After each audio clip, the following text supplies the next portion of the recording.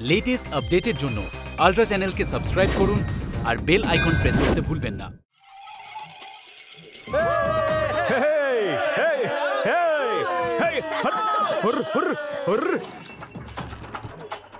মালিক, আমার খুব ভয় করছে মালিক। চলন্ত গরুর গাড়ি থেকে চাকা বেরিয়ে গেলে তাতে বসে থাকা লোকের প্রাণ যেতে পারে। তুমি ওর জন্য এত চিন্তা করছো কেন? তুমি নিজের কাজটা ঠিক মতো করেছো তো?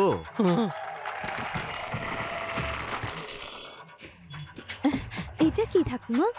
এখানে প্রত্যেক বছর যে অনুষ্ঠানটা হয় সেখানে ভগবানের পুজো দেওয়ার ভাগ্য একমাত্র আমার দিদার থাকে। এই বছর দিদা চায় যে এই কাজটা তোমার হাতেই হোক। এই নাও বাবা, তুমি নাও। এই হারিয়া, শোন।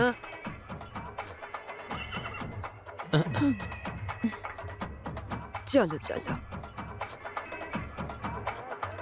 এই জানিস তো তোকে কি করতে হবে?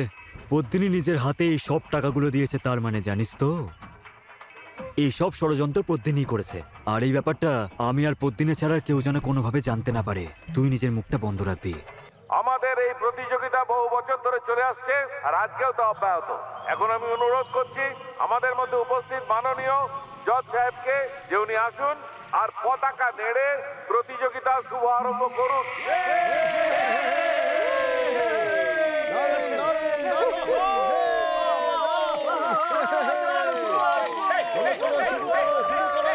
বাবা, 1 মিনিট। প্রত্যেক বছর আমাদের পরিবার থেকে আমার বন্ধু চন্দ্রু পার্টিসিপেট করে। খুব তাড়াতাড়ি ও আমাদের বাড়ির জামাই হবে, আর তাই এই বছর আমার বন্ধু চন্দ্রু নয়, আমি এই রেসে অংশ নেব। মালিক,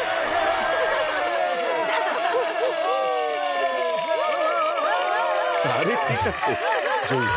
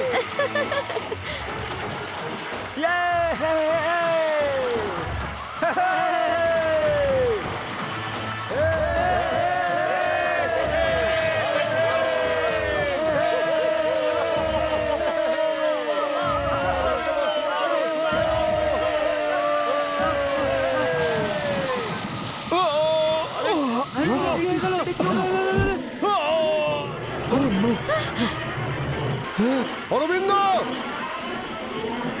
অরবিন্দ, অরবিন্দ!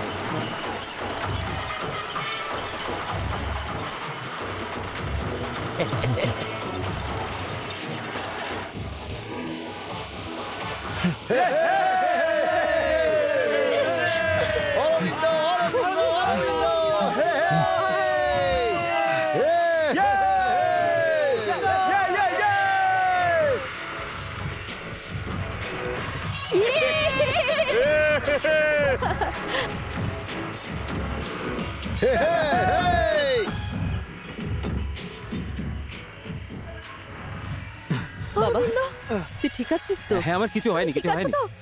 আরে আমি ঠিক আছি। আরে শোনো শোনো, হসপিটাল নিয়ে চলো। আরে তার কোনো দরকার নেই। তুই চল তো, গাড়িতে ওঠ। হ্যাঁ হ্যাঁ, চলো।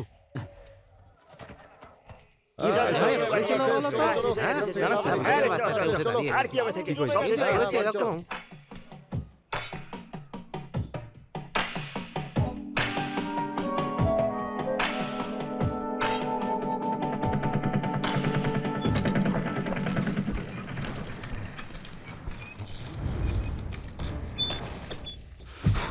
শালা হারামি! বল, এসব করার জন্য কত টাকা নিয়েছিস তুই? বল। মালিক, আপনি কি বলছেন? চাকাটা ভেঙে এখন তুই নেকা সাচ্ছিস? বল, কে বলেছিল তোকে এসব করতে? মালিক বল এভাবে মালিক, বলবি না তো আমাকে তুই ছেড়ে দিন। ছেড়ে দিন বল। আমাকে, মালিক মালিক বল বলছি। মালিক, মালিক বল। আমি কিছু জানি না কে মালিক। বলেছিল আমি সত্যি বল? বলছি, আমি কিছু জানি না, আমি কিছু করিনি। বল সত্যি কিছু কে জানি না, বলেছিল তোকে মালিক, এসব করতে আমি বল কিছু করিনি। কে বলেছিল তোকে বল কত টাকা দিয়েছিল তোকে মালিক, বল আমাকে ছেড়ে দিন, বলছি মালিক। কি হয়েছে, কিন্তু মালিক। আমার স্বামীকে ছেড়ে দিন। ছেড়ে দিন, মালিক ছেড়ে দিন, এই সব কিছু ওর নিজের ইচ্ছা করতে চায়নি মালিক। নতুন মালকিন প্রতিদিনই বলেছিল এগুলো করার জন্য।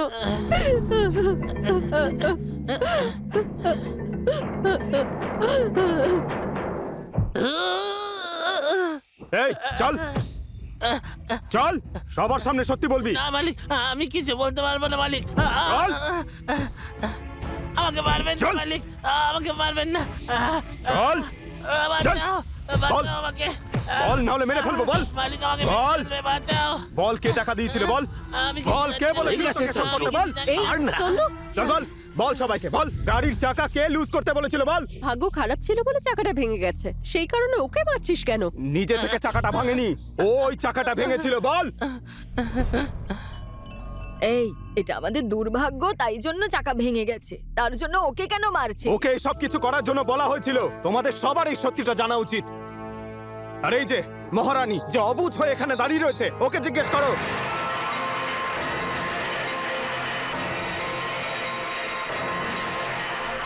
আমি কোনো প্রমাণ ছাড়া কথা বলছি না আমার কাছে প্রমাণ আছে এই এদিকে আয়। না মালিক, মালিক বল সবাইকে এই সব কিছু করার জন্য আমাকে মারার জন্য ও তোকে টাকা কি দিয়েছিল হচ্ছে কি এসব? আমি যখন বলেছিলাম অমৃতার শাড়িতে আগুন লাগানো হয়েছিল কেউ আমার কথা বিশ্বাস করেনি কিন্তু আজ চাকা ঢিলে করে আমাকে মারার চেষ্টা করা হয়েছিল আমি যদি মারা যেতাম কোনো ব্যাপার না কিন্তু তুই বিপদে পড়েছিলিস আর ওই মেয়েটা স্টেজে বসে বসে তালি বাজাচ্ছিল ডাইনি একটা ও ও আমার স্ত্রী, মুখ সামলে কথা বল। তাতে যদি ওর স্বামীর মৃত্যু হয়ে যেত ও ওর প্ল্যান খেলতেই থাকবে তুই ওকে স্ত্রী বলছিস চন্দ্র, এই, তুই সত্যি শুনতে চাস তো এই বল বল ওকে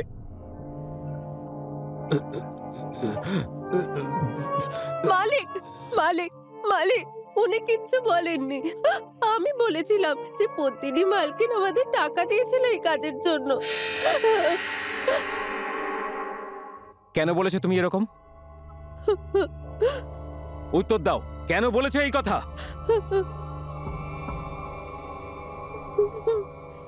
কারণ আমার কাছে আর কোনো রাস্তা ছিল না।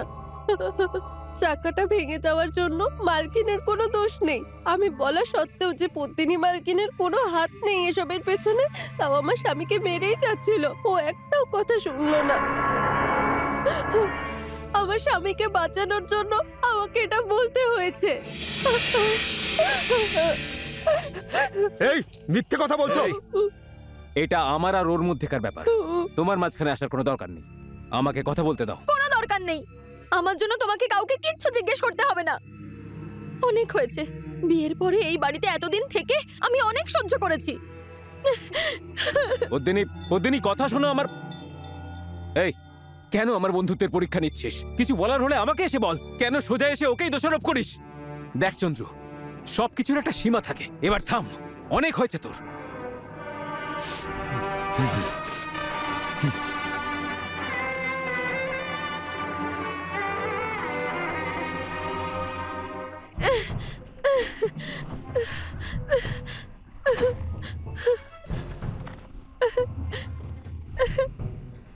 দেখো পদ্মিনী, ওর তরফ থেকে আমি তোমার কাছে ক্ষমা চাইছি। ও তোমার বিরুদ্ধে মিথ্যে অভিযোগ করেছে, আমি মানছি, কিন্তু আমি কি বা করতে পারি? ও পাগলামি করছে, কিন্তু সবকিছু বন্ধুত্বের খাতিরে করছে। প্লিজ পদ্মিনী, তুমি তো বোঝার চেষ্টা করো। অনেক অ্যাডজাস্ট করেছি তোমার সাথে, কিন্তু তুমি নিজের স্ত্রীর থেকে বেশি বন্ধুকে বিশ্বাস করো। ওই চন্দ্র আমাকে ডাইনি বললো, যা মুখে আসে তাই বলে। ও সবার সামনে আমাকে অপমান করলো, আর তুমি চাও আমি এখানে থাকি? আমি থাকবো না কিন্তু এখানে। ওর কথা কেউ বিশ্বাস করেনি। কথাটা বিশ্বাস অবিশ্বাসের নয়। ও যা ইচ্ছে তাই বলে, কিন্তু ওকে আটকানোর কেউ নেই এই বাড়িতে। কেউ ওকে কিছু জিজ্ঞেস করলে তুমি ছেড়ে দাও না তাকে, কারণ তুমি নিজের স্ত্রীর থেকে বেশি ওই লোকটাকে ভালোবাসো। আমি চলে পদ্মিনী, যাচ্ছি। যেদিন তোমার মনে হবে ওর থেকে বেশি আমি ইম্পর্টেন্ট, সেদিন তুমি আমায় নিয়ে আসতে যেও। আমার জন্য তোমরা দুজনেই সমান, দুজনকেই আমার দরকার। না, হয় ও নয় আমি। তুমি ঠিক করো তোমার কাকে চাই। তোমার জন্য তো কি, আমি কারোর জন্যই আমার বন্ধুদেরকে ছাড়তে পারবো না। কেন? কেন ছাড়তে পারবে না? বন্ধুর জন্য তুমি আমায় ছেড়ে দেবে, এটাই বলতে চাও তুমি? বলো, আমাকে বলো, আমার থেকে বেশি, তোমার বাবা মার থেকে বেশি ও বেশি জরুরি তোমার জন্য? আমি এই কথাটা জানতে চাই। এরকম কেন, বলো আমায়। এই প্রশ্নের উত্তর তো আমার পরিবার বহু বছর ধরে জানতে চাইছে, কিন্তু আজ পর্যন্ত আমি ওদের কোনো উত্তর দিতে পারিনি। কিন্তু যেমন সব জিনিসেরই একটা সীমা থাকে, এই রহস্যেরও সীমা পেরিয়ে গেছে, আর তাই এটা সবার সামনে আসা খুব দরকার। আর এই রহস্যটা জানার পরেই তুমি আমাদের বন্ধুত্ব বুঝতে পারবে। ছোটবেলায় যখনই আমি চন্দ্রুকে দেখতাম ও নিজের ভাই চিন্নাকে কাঁধে নিয়ে ঘুরছে। এক মুহূর্তের জন্য নিজের ভাইকে ছেড়ে কোথাও যেত না ও। চন্দ্রু না ছিল মা বাবা, না ছিল কোনো আত্মীয়। যদি কেউ ছিল তাহলে শুধু ওর বোবা আর কালা ভাই।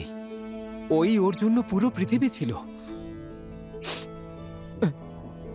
কিন্তু আজ থেকে 15 বছর আগে ওর একমাত্র ভাই মারা গেল।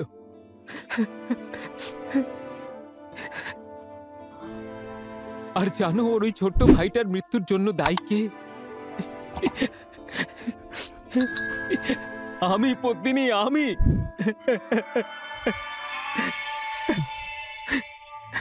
একদিন আমি খেলতে খেলতে ওর বাড়িতে গেছিলাম। ওখানে ও একদম একা ছিল। আমি ওকে খেলার জন্য একটা খেলনা দিয়েছিলাম আর বলেছিলাম ওটাকে সামলে রেখো। ও ওটাকে সামলে রাখার জন্য ছোট্ট স্টোররুমটাতে চলে গেল। ওখানে দেওয়ালে একটা আলমারি ছিল, কিন্তু আমি জানতাম না যে ও ভেতরে আছে। তাই আমি দরজাটা বাইরে থেকে বন্ধ করে দিয়েছিলাম আর তালা লাগিয়ে চলে গেছিলাম। আমরা চারদিকে পাগলের মতো ওকে খুঁজছিলাম। বুঝতেই পারছিলাম না ও কোথায় চলে গেছে, নাকি কেউ ওকে অপহরণ করেছে। আর ও বেচারা ওই ছোট্ট অন্ধকার জায়গাটায় তিলে তিলে মরে যাচ্ছিল। না কাউকে ডাকতে পেরেছিল, না কারোর ওদিকে খেয়াল গেছিল।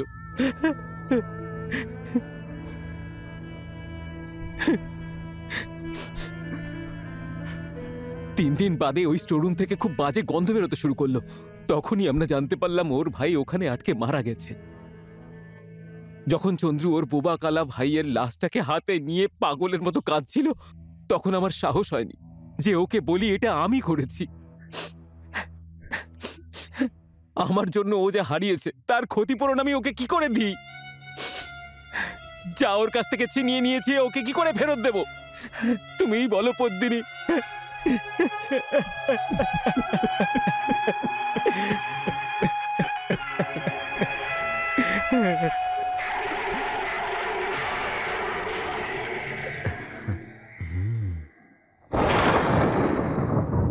অরবিন্দ!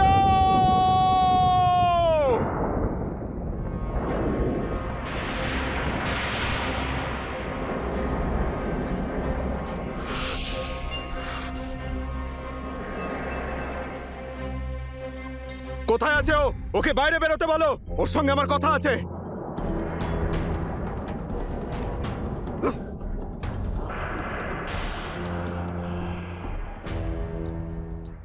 আমার ভাইয়ের মৃত্যুর জন্য কি তুই দায়ী?